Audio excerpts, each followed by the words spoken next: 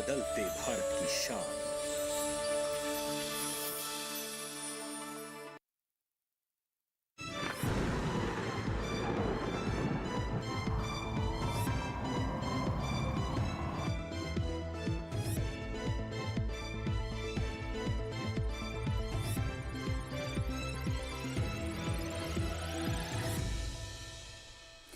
नमस्कार, स्वागत है आपका मौसम खबर में। आपके साथ मैं हूं अंजू सिंह। मौसम खबर में जानेंगे अगले 24 से 48 घंटों में कैसा रहेगा मौसम का हाल, कहां होगी बारिश, कहां चलेंगी तेज हवाएं, तापमान की स्थिति क्या रहेगी। लेकिन शुरुआत करते हैं मौसम से जुड़ी 5 बड़ी खबरों के साथ। कौन से वो राज्य हैं जिनसे जुड़े 5 बड़ी खबरें हैं, आइए नजर डालते हैं। सबसे पहले आपको जानकारी दे दें जम्मू कश्मीर के बारे में, जहां पर कहीं कहीं भारी बर्फबारी की संभावना बनती नजर आ रही है।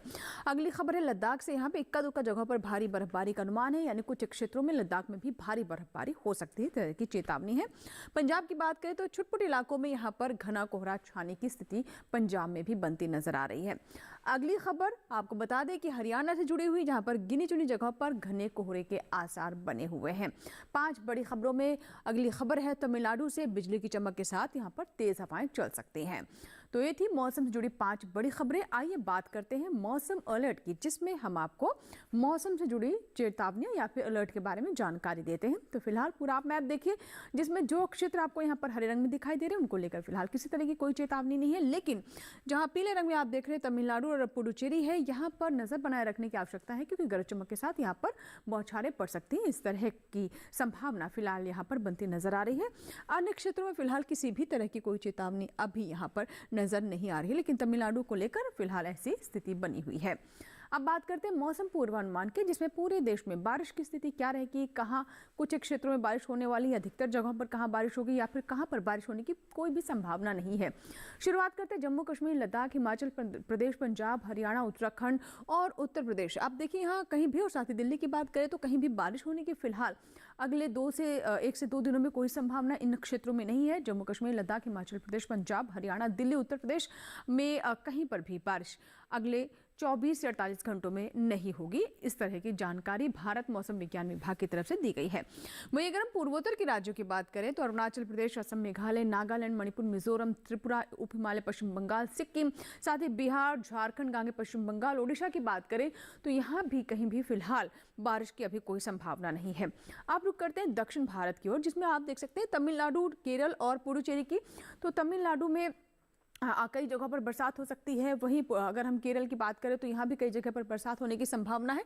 लेकिन वहीं भीती दक्षिण कर्नाटक में कहीं कहीं बारिश हो सकती है। तटीय आंध्र प्रदेश, रायलसीमा, तेलंगाना, यहाँ पर कहीं भी बारिश की संभावना नहीं है। अब रुक करते हैं मध्य भारत की ओर, जिसमें हम आपको जानकारी देते हैं पूर्वी मध्य प्रदेश, पश्चिमी मध्य प्रदेश, छत्तीसगढ़, विदर्भ, मराठवाड़ा और साथ ही अगर मध्य महाराष्ट्र की बात करें और मध्य राजस्थान और गुजरात पर भी नजर डालें तो देखिए यहाँ पर भी कहीं भी बारिश की संभावना फिलहाल बनती नजर नहीं आ रही है। अभी जो जानकारी मिल रही है उसके अनुसार तमिलनाडु और केरल में भी कहीं कहीं से बारिश की संभावना है।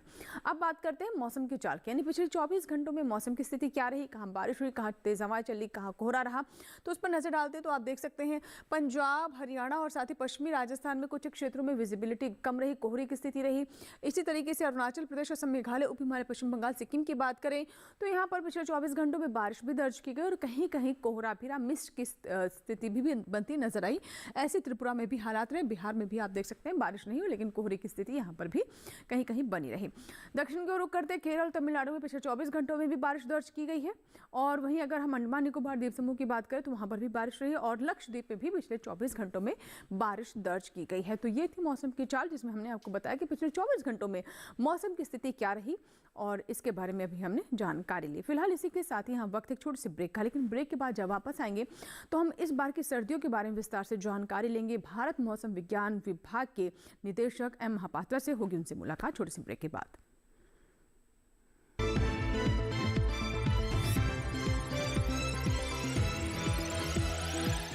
रोज सब्जी का स्वाद बढ़ाए और घर वालों का प्यार पाए। गोल्डी सब्जी मसाले, जहाँ जाए रिश्ते बढ़ाए, गोल्डी मसाले।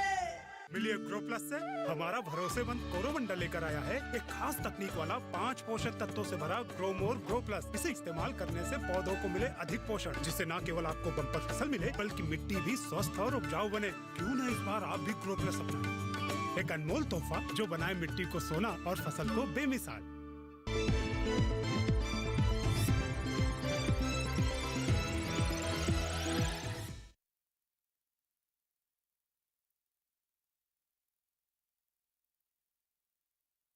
इस बार सर्दियां क्या सताएंगी या फिर कुछ राहत मिलेगी? क्या दिसंबर से लेकर फरवरी तक बीच में बारिश होगी तो कितनी होगी?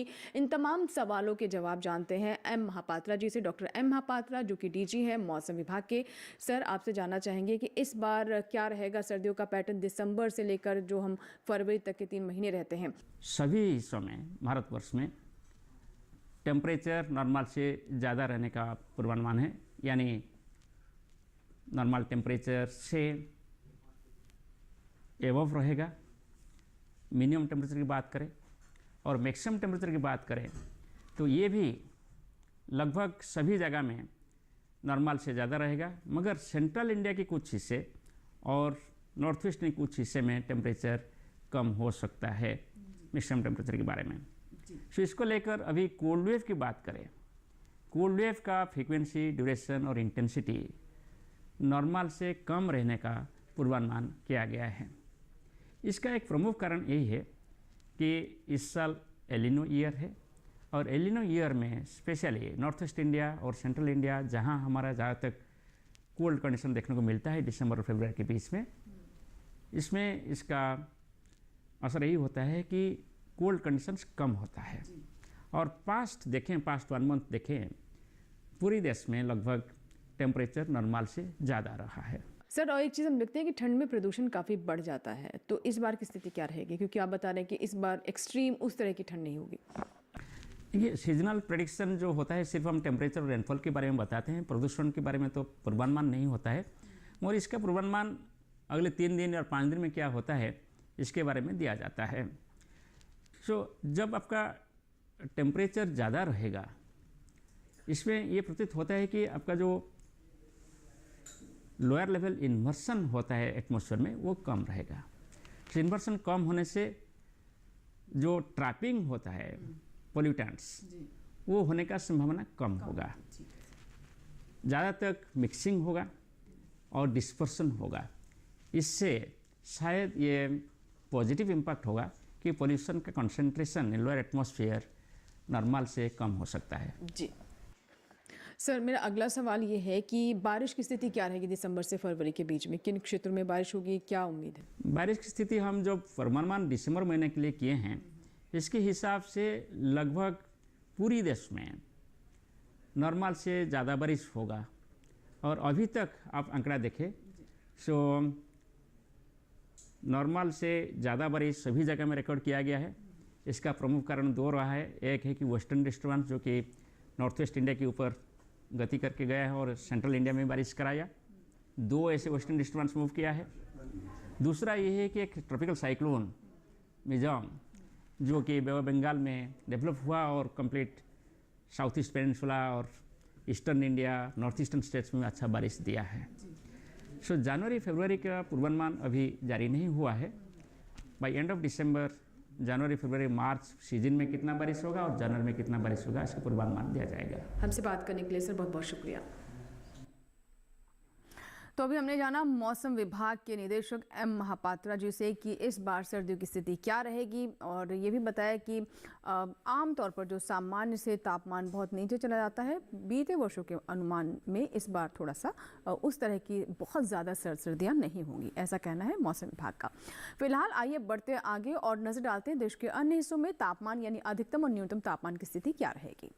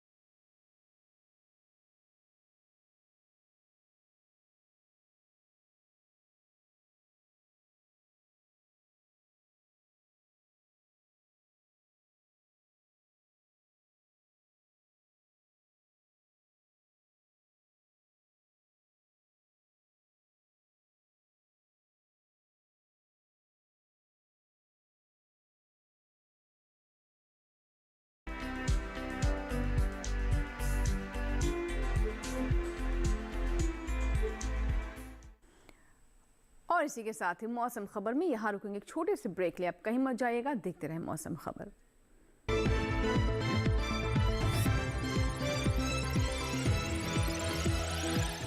रोज सब्जी का स्वाद बढ़ाए और घर वालों का प्यार पाए। गोल्डी सब्जी मसाले। जहाँ जाए रिश्ते बढ़ाए गोल्डी मसाले।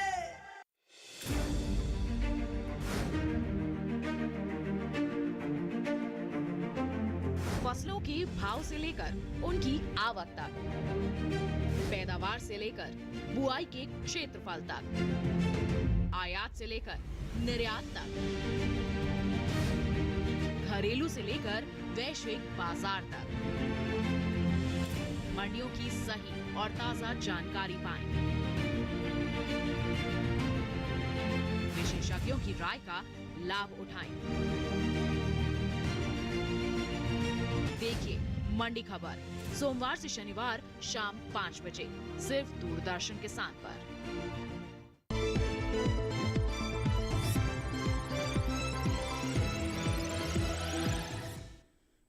और ब्रेक के बाद एक बार फिर आपका स्वागत है। आप देख रहे हैं मौसम खबर और मौसम खबर के इस भाग में आइए अब नजर डालते हैं वायु गुणवत्ता यानी एयर क्वालिटी इंडेक्स पर।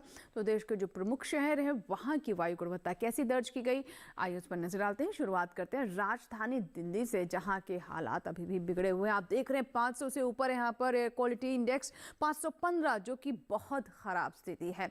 और वहीं अगर हम लखनऊ की बात करें तो यहाँ के भी हालात कोई खास अच्छे नहीं है। आप देख रहे हैं 363 है यहाँ की वायु गुणवत्ता, जो कि खराब की श्रेणी में आती है। यहाँ की भी एयर क्वालिटी बिगड़ी हुई है। पटना के भी हालात ऐसे ही हैं। आप देख रहे हैं कि यहाँ पर भी स्थिति खराब बनी हुई है। 367 है यहाँ की एयर क्वालिटी। बेंगलुरु में हालांकि स्थिति बेहतर है और ये अच्छी की कैटेगरी में है। 84 है बेंगलुरु की एयर क्वालिटी। आगे नज़र डालते हैं अन्य जो शहर है उसमें पुणे का नंबर आता है। तो फिलहाल आप देख रहे हैं कि अच्छे से संतोषजनक श्रेणी में आ गई है यहाँ की एयर क्वालिटी। 135 है पुणे के एयर क्वालिटी इंडेक्स। हैदराबाद में 201 है। फिलहाल थोड़ी ख़राब ज़रूर हो गई है, संतोषजनक श्रेणी से ये 1 अंक ऊपर है, इसीलिए हम थोड़ी ख़राब में से रख रहे हैं। कोलकाता की बात करें तो यहाँ के भी हालात देखिए लगभग दिल्ली जैसे ही हैं। 457 यहाँ की एयर क्वालिटी इंडेक्स है, जो कि बहुत ख़राब है। मुंबई में भी है संतोषजनक अभी स्थिति बनी हुई है। 177 एयर क्वालिटी इंडेक्स, ये फिलहाल संतोषजनक श्रेणी में है। देश के जो बड़े शहर है उसमें अगर हम अहमदाबाद की बात करें तो 128 है यहाँ की एयर क्वालिटी, जो कि संतोषजनक श्रेणी में ही बनी हुई है। तो ये तो बात हुई देश के जो बड़े शहर थे वहाँ की एयर क्वालिटी कैसी थी। अब पर्यटन के हिसाब से अगले 4 दिनों में देश के जो मुख्य पर्यटक स्थल है वहाँ की स्थिति क्या रहेगी। शुरुआत करते हैं जम्मू कश्मीर के गुलमर्ग से। तो शुक्रवार, शनिवार, रविवार, सोमवार, आप देखिए 4 दिनों में शुक्रवार को यहाँ पर धूप खिली रहेगी, लेकिन शनिवार रविवार को बादल छाए रहेंगे, धूप और छाँव की स्थिति रहेगी, पार्शियली क्लाउडी रहेगा। सोमवार आते आते मौसम फिर से यहाँ पर खुल सकता है। अधिकतम तापमान आप देख रहे हैं 3 से 5 डिग्री सेल्सियस के बीच में रहेगा। न्यूनतम तापमान -3 से -5 डिग्री सेल्सियस। उत्तराखंड के मसूरी की बात करें तो यहाँ पर आप देख रहे हैं शुक्रवार को बादल छाए रहेंगे, धूप भी खिलती रहेगी, लेकिन शनिवार, रविवार, सोमवार आते आते यहाँ पर मिस्ट और फॉग की स्थिति बनी रहेगी। मौसम साफ नहीं रहेगा। अधिकतम तापमान 13 से 14 डिग्री सेल्सियस, न्यूनतम तापमान 5 से 7 डिग्री सेल्सियस के बीच में यहाँ दर्ज किया जाएगा मसूरी में। उत्तराखंड के मसूरी की स्थिति है अगले 4 दिनों में कैसे यहाँ पर हालात रहेंगे मौसम के लिहाज से। आइए अब बात करते हैं उत्तर प्रदेश के वाराणसी की। तो आप यहाँ देखिए चारों ही दिन मौसम एक जैसा ही है, यानी मिस्ट रहेगी, यहाँ पर फॉग की स्थिति रहेगी, कहीं कहीं विजिबिलिटी का भी प्रभाव देखने को मिलेगा। अधिकतम तापमान पहले 3 दिन 26 डिग्री सेल्सियस, सोमवार को यहाँ पर 1 डिग्री सेल्सियस से तापमान बढ़ रहा है, 27 डिग्री सेल्सियस है।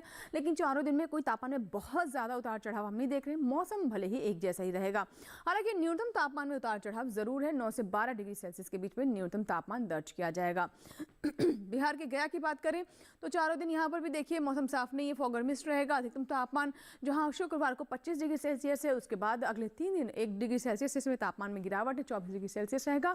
न्यूनतम तापमान 7 से 9 डिग्री सेल्सियस के बीच में गया में अगले 4 दिनों में दर्ज किया जाएगा। तो देश के जो मुख्य पर्यटक स्थल है वहाँ की स्थिति के बारे में हम आपको बता रहे हैं। इसी कड़ी में असम के सिलचर की बात करें तो यहाँ भी आप देख रहे हैं फॉग और मिस्ट की स्थिति रहेगी। विजिबिलिटी कुछ स्तर तक यहाँ पर प्रभावित रहेगी। अधिकतम तापमान 26 डिग्री सेल्सियस पहले 3 दिन, और उसके बाद सोमवार को 1 डिग्री सेल्सियस से जो अधिकतम तापमान है वो और नीचे लुढ़क सकता है, 25 डिग्री सेल्सियस तक पहुँच सकता है। न्यूनतम तापमान आप देख रहे हैं यहाँ पर 17 से 19 डिग्री सेल्सियस के बीच में अगले 4 दिनों में दर्ज किया जाएगा। अब बात करते हैं सिक्किम के गंगटॉक की। तो चारों ही दिन यहाँ पर मौसम काफ़ी साफ है, अधिकतम तापमान जहाँ शुक्रवार को 14 डिग्री सेल्सियस है, उसके बाद आप देख रहे हैं कि 15 डिग्री सेल्सियस अगले 4 दिनों में यहाँ पर दर्ज किया जाएगा। न्यूनतम तापमान 5 से 6 डिग्री सेल्सियस ही यहाँ पर दर्ज किए जाने की संभावना बन रही है। लेकिन चारों दिन क्लियर स्काई होगा, मौसम बिल्कुल साफ होगा। यहाँ पर फिलहाल किसी तरह की बारिश, फॉग और मिस्ट की स्थिति नजर नहीं आ रही है। अगर हम बात करें तेलंगाना की, तो यहाँ पर हालांकि चारों दिन फॉग और मिस्ट रहेगा। अधिकतम तापमान 29 डिग्री सेल्सियस, न्यूनतम तापमान आप देख रहे हैं 15 से 17 डिग्री सेल्सियस के बीच में दर्ज किया जाएगा। तेलंगाना के निजामाबाद में शनिवार, रविवार, सोमवार और शुक्रवार से लेकर सोमवार तक चारों ही दिन यहाँ पर मौसम साफ फिलहाल नजर नहीं आ रहा है। और अधिकतम तापमान जहाँ 29 डिग्री सेल्सियस पर फिक्स रहेगा, न्यूनतम तापमान में हालांकि 2 डिग्री से उतार चढ़ाव की स्थिति जरूर बनी रहेगी। तमिलनाडु के ऊटी की बात करें तो शुक्रवार, शनिवार, रविवार गरज चमक के साथ बौछारें पड़ सकती हैं, बिजली कड़क सकती है। सोमवार को यहाँ पर अच्छी बारिश होने की संभावना है, जैसा कि हमने बताया था, गरज चमक के साथ यहाँ पर बौछारें पड़ने की संभावना। रविवार आते आते यहाँ पर बारिश भी हो सकती है। अधिकतम तापमान हालांकि 21 से 22 डिग्री सेल्सियस के बीच में रहेगा। न्यूनतम तापमान 7 से 8 डिग्री सेल्सियस के बीच में अगले 4 दिनों में यहाँ पर दर्ज किया जाएगा। अब बात करते हैं महाराष्ट्र के औरंगाबाद की, तो शुक्रवार को यहाँ पर अच्छी धूप खिलेगी। शनिवार, रविवार को यहाँ पर मिस्ट हो सकती है। सोमवार आते आते फिर मौसम साफ रहेगा। अधिकतम तापमान 28 से 29 डिग्री सेल्सियस, न्यूनतम तापमान आप देख रहे हैं 16 से 17 डिग्री सेल्सियस रहेगा। यानी पहले 2 दिन 16 डिग्री सेल्सियस, रविवार को 1 डिग्री सेल्सियस से न्यूनतम तापमान बढ़ सकता है, लेकिन सोमवार आते आते फिर से 16 डिग्री सेल्सियस पर आ जाएगा। तो देश के जो मुख्य पर्यटक स्थल हैं, अगर उसमें अब हम बात करें गुजरात के अहमदाबाद की, तो शुक्रवार, शनिवार को यहाँ पर आप देख रहे हैं काफ़ी चटक धूप रहेगी। और रविवार और सोमवार को आप देख सकते हैं कि बादल ज़रूर छाएंगे, लेकिन तापमान में कोई ज़्यादा फर्क नहीं है। 31 डिग्री सेल्सियस पहले 3 दिन, और सोमवार को 1 डिग्री सेल्सियस से तापमान में गिरावट हो सकती है। न्यूनतम तापमान 18 से 19 डिग्री सेल्सियस यहाँ पर दर्ज किया जाएगा अहमदाबाद में अगले 4 दिनों में। तो ये तो बात हुई अधिकतम और न्यूनतम तापमान की। देश के जो मुख्य पर्यटक स्थल हैं वहाँ पर अगले 4 दिनों में कैसा रहेगा मौसम का मिजाज। फिलहाल बढ़ते हैं आगे और अब बात करते हैं खेती किसानी की, जिसमें हम आपको बताते हैं कि मौसम के अनुसार देश के जो अलग अलग राज्य हैं वहाँ पर उगाई जाने वाली फसलों को देखते हुए वैज्ञानिकों की, कृषि वैज्ञानिकों की क्या सलाह है जिसे हमारे किसान अपना सकते हैं। आइए बात करते हैं आज किस राज्य के बारे में हम जानकारी दे रहे हैं। राजस्थान में मेथी के खेत में निराई और गुड़ाई करें। मेथी के खेत से खरपतवार निकालें। किसान सरसों के खेत में निराई और गुड़ाई कर सकते हैं। सरसों के खेत से घास फूस निकाल लें। यहाँ जीरे के खेत में सिंचाई करते रहें। जीरे की बुआई के लिए समय उचित है। साथ ही गेहूं के खेत में भी सिंचाई कर लें। गेहूं की बुआई करें। इस समय काबुली चने के खेत में सिंचाई कर सकते हैं। काबुली चने के खेत से खरपतवार निकाल लें। राजस्थान में गन्ने के खेत में सिंचाई करें। किसान प्याज की बुआई करते रहें। वहीं फूल गोभी और पत्ता गोभी की रोपाई कर सकते हैं। इसके अलावा ब्रोकली की भी रोपाई करें। गुजरात में गन्ने की रोपाई के लिए खेत तैयार कर लें। गन्ने के खेत में पर्याप्त नमी बनाए रखें। गन्ने के खेत से घास फूस निकालें। साथ ही गन्ने के खेत में जरूरी उर्वरक डालें। यहाँ भिंडी की तुड़ाई कर सकते हैं। अभी टमाटर और लाल मिर्च की तुड़ाई कर लें। गुजरात में बैंगन की तुड़ाई करें। अभी लोबिया की कटाई करते रहें। वहीं के किसान आलू की रोपाई के लिए खेत तैयार कर लें। यहीं स्ट्रॉबेरी के बाग में सिंचाई करते रहें। इसके साथ ही मूंग की बुआई कर सकते हैं। मूंग के खेत में जरूरी उर्वरक डालें। मूंग के खेत में निराई करें। गुजरात में काबुली चने की बुआई कर लें। काबुली चने के खेत में निराई कर सकते हैं। तो ये थी खेती किसानी से जुड़ी हमारी रिपोर्ट। आइए बढ़ते आगे और बात करते हैं आज की फसल की, जिसमें आज हम आपको जानकारी देंगे सरसों के बारे में। सरसों एक मुख्य तिलहनी फसल है और इस वक्त हमारे किसानों ने बड़े पैमाने पर सरसों की फसल ली है। इस समय हमारे किसानों को फसल को लेकर खासतौर पर सरसों में कौन कौन सी विशेष बातें जिसका ध्यान रखने की आवश्यकता है, आइए देखते हैं सरसों पर हमारी रिपोर्ट। रबी सीजन के दौरान तिलहनी फसलों में सरसों का महत्वपूर्ण स्थान है। सरसों को पानी की कम जरूरत होती है, यानी सीमित सिंचाई की दशा में भी ये अधिक लाभदायक है। उन्नत विधियां अपनाकर अधिक पैदावार ली जा सकती है। इसके लिए दोमट मिट्टी सबसे उपयुक्त मानी जाती है। सरसों के खेत में पानी नहीं ठहरना चाहिए। खेत में जल निकासी की उचित व्यवस्था होनी चाहिए। 1 हेक्टेयर बुआई के लिए 3 से 4 किलो बीज काफी है। कतार से कतार की दूरी 30 से 45 सेंटीमीटर और पौधे से पौधे की दूरी 10 से 15 सेंटीमीटर होनी चाहिए। खरपतवार की रोकथाम के लिए बुआई से पहले ही फ्लूकोलोरोलिन की 2.2 मात्रा 600 से 800 लीटर पानी में मिलाकर प्रति हेक्टेयर के दर से छिड़कें। इसकी जगह पेंडामेथिलीन 30 EC की 3.3 लीटर मात्रा को इतने ही पानी में मिलाकर छिड़क सकते हैं। इसके अलावा बुआई के 15-20 दिन बाद घने पौधों को निकाल दें और पौधों के बीच 15 सेंटीमीटर का फासला कर दें। सरसों में सफेद रतुआ नाम की बीमारी हो सकती है। इससे बचाव के लिए प्रति किलो बीज को 2 ग्राम थीरम से उपचारित करें। थीरम को पानी में मिलाएं और फिर इस घोल को बीज पर छिड़क दें। ऐसा करना बीज जनित रोगों से बचाव के लिए जरूरी है। सरसों को पानी की ज्यादा जरूरत नहीं होती है। पहली सिंचाई फूल आने के समय और दूसरी फलियों में दाना भरते समय करनी चाहिए। जाड़े के मौसम में अगर बारिश हो जाए तो दूसरी सिंचाई भी नहीं करनी पड़ती। बुआई से पहले मिट्टी की जांच जरूर करवाएं। तो ये थी हमारी आज की फसल जिसमें हमने सरसों पर बात की। इसी के साथ ही मौसम खबर में फिलहाल इतना ही, लेकिन आप हमारा ये कार्यक्रम हमारे YouTube चैनल पर भी देख सकते हैं। इसके लिए टेलीविजन पर दिखाए जा रहे हैं इस QR कोड को स्कैन करें और YouTube पर भी देखें मौसम खबर। उम्मीद करते हैं मौसम खबर से हमारे किसानों को मदद हो रही होगी। मौसम का ताज़ा हाल और कृषि सलाह लेकर फिर होंगे हाजिर।